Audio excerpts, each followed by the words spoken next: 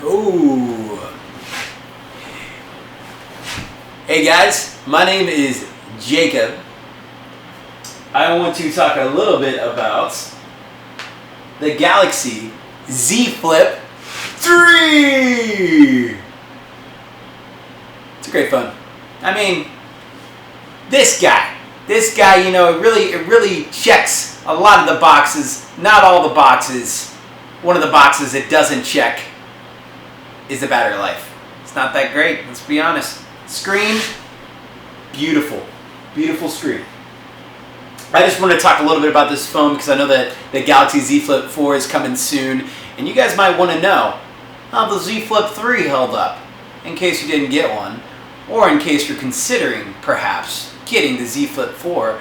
You might just want an honest opinion, and I'm going to give you an honest opinion, okay? $1,000, great price. Not $1,500. I wasn't about to spend $1,500 on a phone, but I did spend $1,000 on a phone. I have had the Galaxy S6,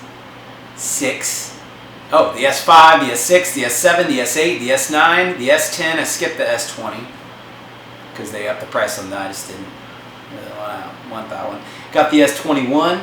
I did not get the S22 because I've been hooked on the flips.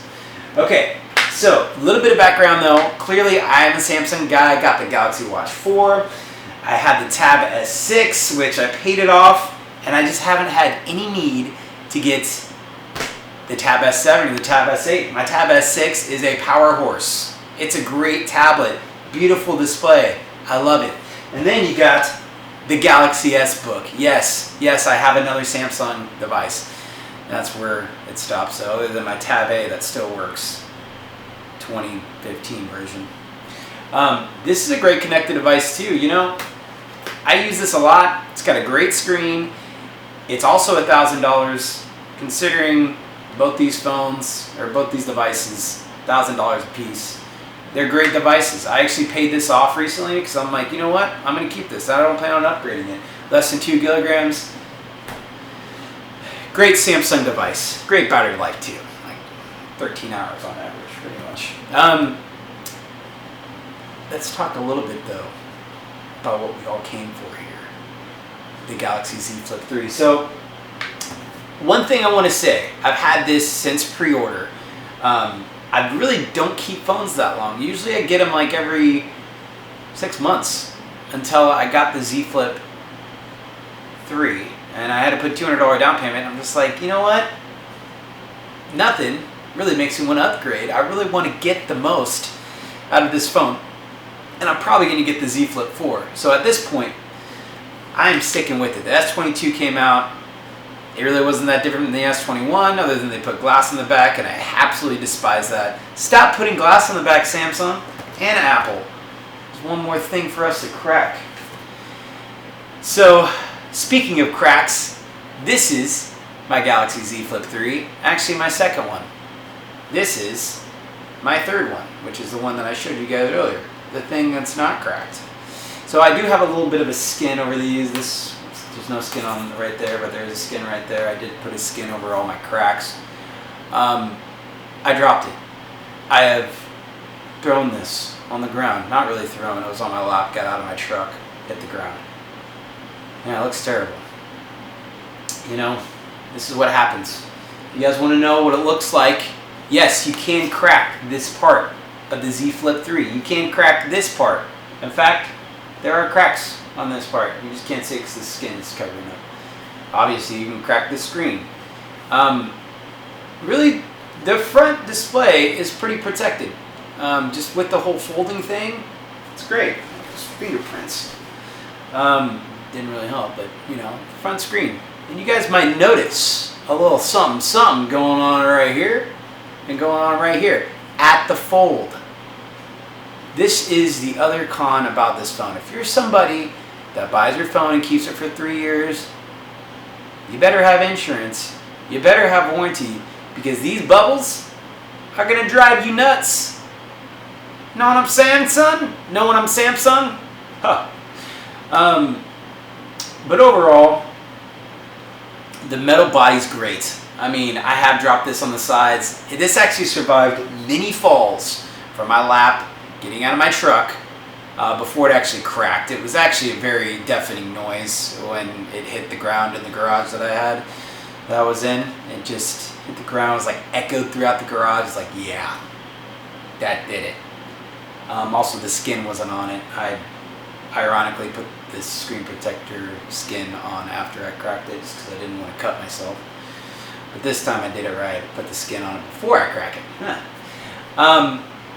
But yeah, that is going to be one of the biggest cons, is these bubble up. And if you just want to know if that happens, yes, it does. Now, I know some people baby this and it doesn't bubble up for them. But guess what? I like to use my phone. I mean, I like to flip it. I like to do that flippy thing. And you can tell the resistance is different because I've flipped this a lot.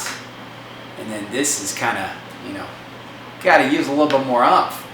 So this hinge does wear out over time. This screen protector wears out over time.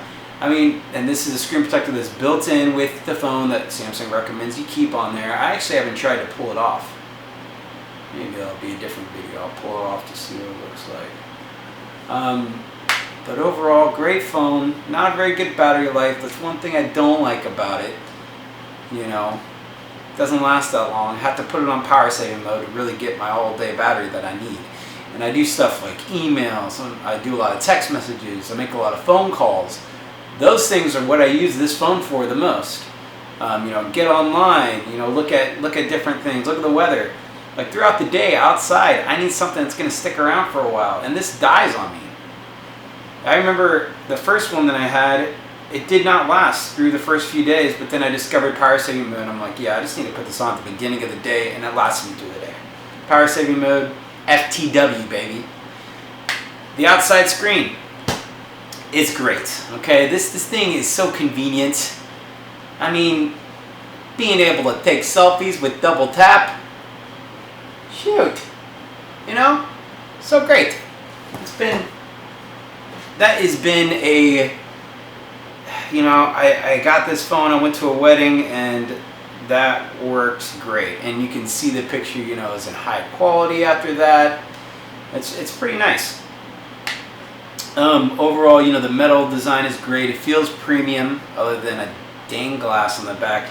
I thought that this was like the same S21 plastic, but it is for sure glass. It just looks like the S21 black kind of plastic there. If you guys know what I'm talking about, then you do. If you don't know what I'm talking about, then I guess you don't. But the S21 didn't crack because it wasn't glass in the back, but this is definitely glass in the back, and it cracks. The fingerprint scanner is another great feature. It works really well. I'm not a huge fan of on-screen fingerprint scanners, and this luckily doesn't have that, and that works great. The display is beautiful, 120 hertz. I think this is an AMOLED display. It looks incredible. The blacks are deep. The brights are bright. It's a wonderful display. Gaming on it is pretty okay. Still got that line in the middle, which you can kind of see in the, in the lights. Blinded by the crease in the lights. But overall, the front-facing camera's pretty decent. I'm not a huge selfie guy, but when I do, sometimes I just close it and do the double tap thing. Good phone. So overall, $1,000, a lot cheaper than the previous model. I do like the Z Flip 3. I love the fact that when it's closed, it fits in my pocket good.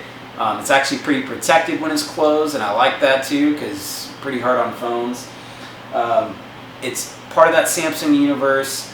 I can't really plug it into a secondary display, which I do have a C to HDMI, so that's not cool that it doesn't do that. But overall, it's everything that you would want from a high-end Samsung phone, and I think my money went to the right place with this one. Great conversation starter, great way to experience the new technology that Samsung offers, or just the human race offers. It's great. And when you look at it, yeah, you can break it. Yeah, they do break. Yeah, the screen bubbles up after a while, so if this is something you want to keep for a few years, you might want to reconsider. Get something more traditional like the S22 or the S22 Plus that has really close to the same screen size as the Z Flip 3, which that was the other thing. This display is huge. Even though you're paying a little bit more, if I look at this compared to the S22 Plus, I would take this just because this form factor and all that screen, the fact that you can fold it, cut it in half, that's a pretty enticing thing.